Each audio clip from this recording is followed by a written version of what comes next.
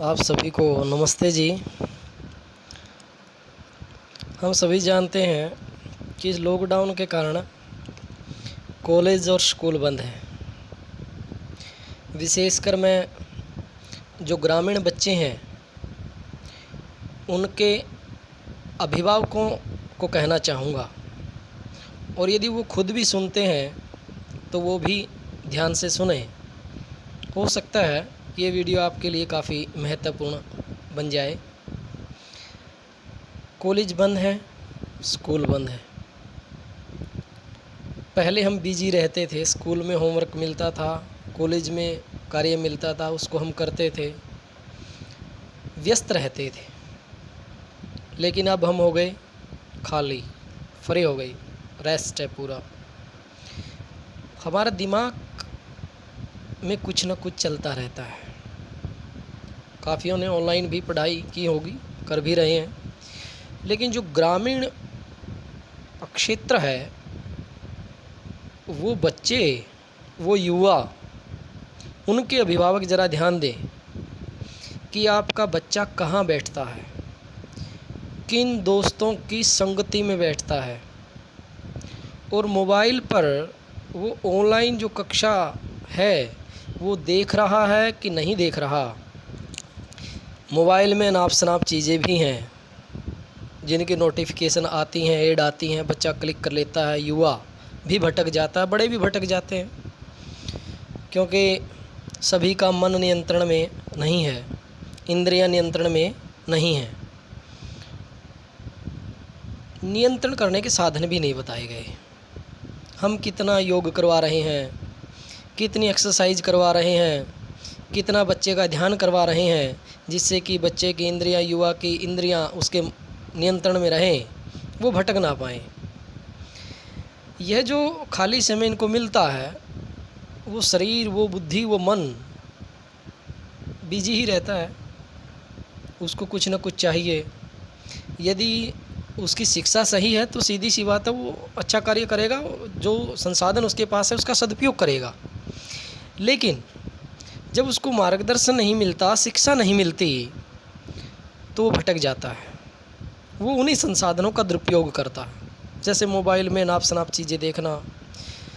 तो ये बदलाव मैंने देखा है, मेरे क्षेत्र में मैंने बदलाव देखा है, इसलिए मैंने सोचा कि आप सभी तक मैं यह बात पहुंचाऊं कि आप अपने बच्चे की जो कार्यविधि है, जो उसकी संगति है, जिन दोस्तों के साथ रहता है, उसको जांचिए, कहीं आपका बच्चा गलत रास्ता ना पकड़ जाए।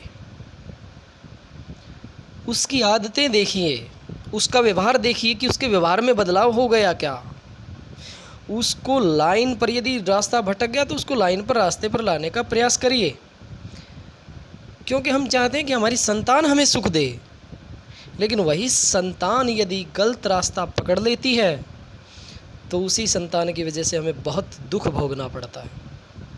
घर का कोई भी सदस्य हो, जब वो गलत होता है तो पूरे परिवार को उसकी हानि उठानी पड़ती है, पूरे परिवार को। यदि परिवार का एक सदस्य नशा करता है, परिवार का एक सदस्य किसी बहन बेटी को छेड़ देता है, पूरा परिवार परेशान हो जाता है। और परिवार को संभालना चाहिए।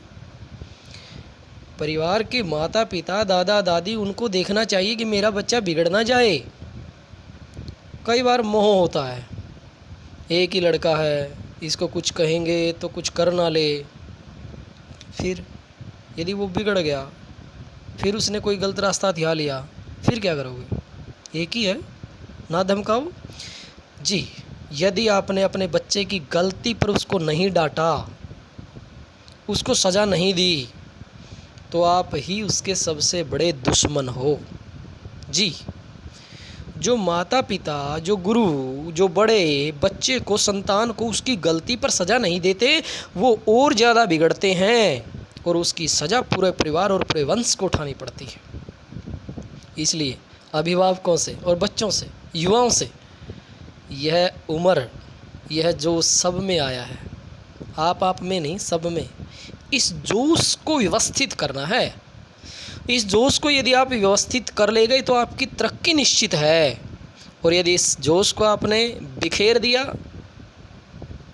गलत रास्ते पर लगा दिया, तो आज की तारीख में लिख लेना, आपको तरक्की नहीं मिलेगी, अपितु जो आपके पास है वो भी छिन जाएगा। कमाना तो बहुत दूर की बात है, अरे कमाने में तो बहुत मेहनत लगती है। जो अच्छे रास्ते पे चल रहे हैं, अच्छा रास्ता अपनी मेहनत से, सच्चाई से, ईमानदारी से अपने कर्तव्यों को निभा रहे हैं, उनको भी बहुत परेशानियां अपने जीवन को निभाने में, अपने जीवन को निर्वाह करने में, अपने परिवार की व्यवस्थाएं करने में, उनकी पढ़ाई का, लिखाई का, स्वास्थ्य की दृष्टि से बहुत उनको मेहनत करनी पड़ती है।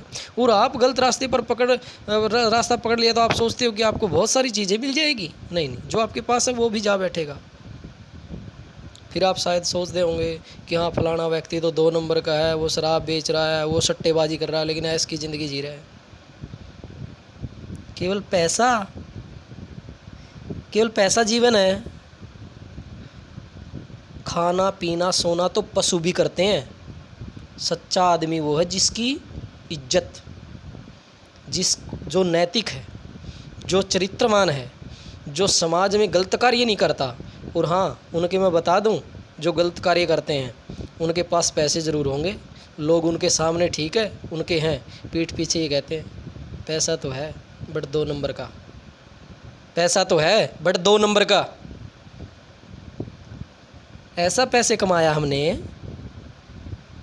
इज्जत, नैतिकता, व्यवहार, भाईचारा, और सच में चाहे आप अकेले ही क्यों ना हो, सच्चाई का साथ मत छोड़ना। दुनिया दुश्मन हो सकती है, सच्चाई का साथ कभी नहीं छोड़ना। अरे जाना तो वैसे भी है, मरना वैसे भी है, क्यों ना हम सच के साथी बन करके जिए, सच के साथी बन करके मरे। आप पढ़िए भगत सिंह को, आप पढ़िए पंडित राम प्रसाद बिस्मिल को, आप पढ़िए ऋषि दयानंद को, जिसने ये कहा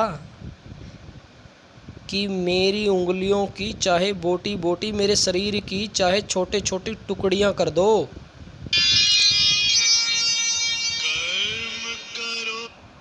चाहे छोटे छोटे टुकड़े कर दो, लेकिन मैं सत्य ही बोलूँगा, झूठ का साथ नहीं दूंगा।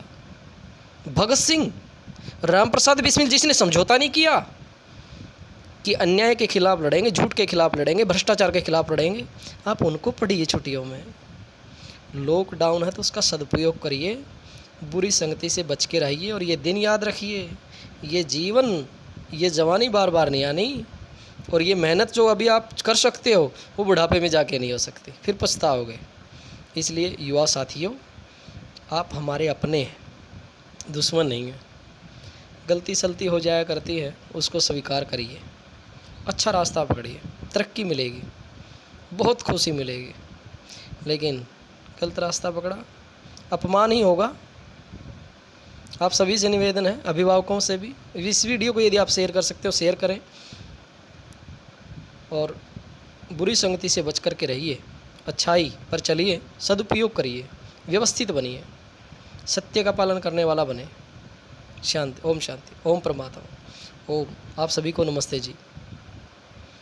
इस तरीके की भावना रखिए, विनम्र बनिए।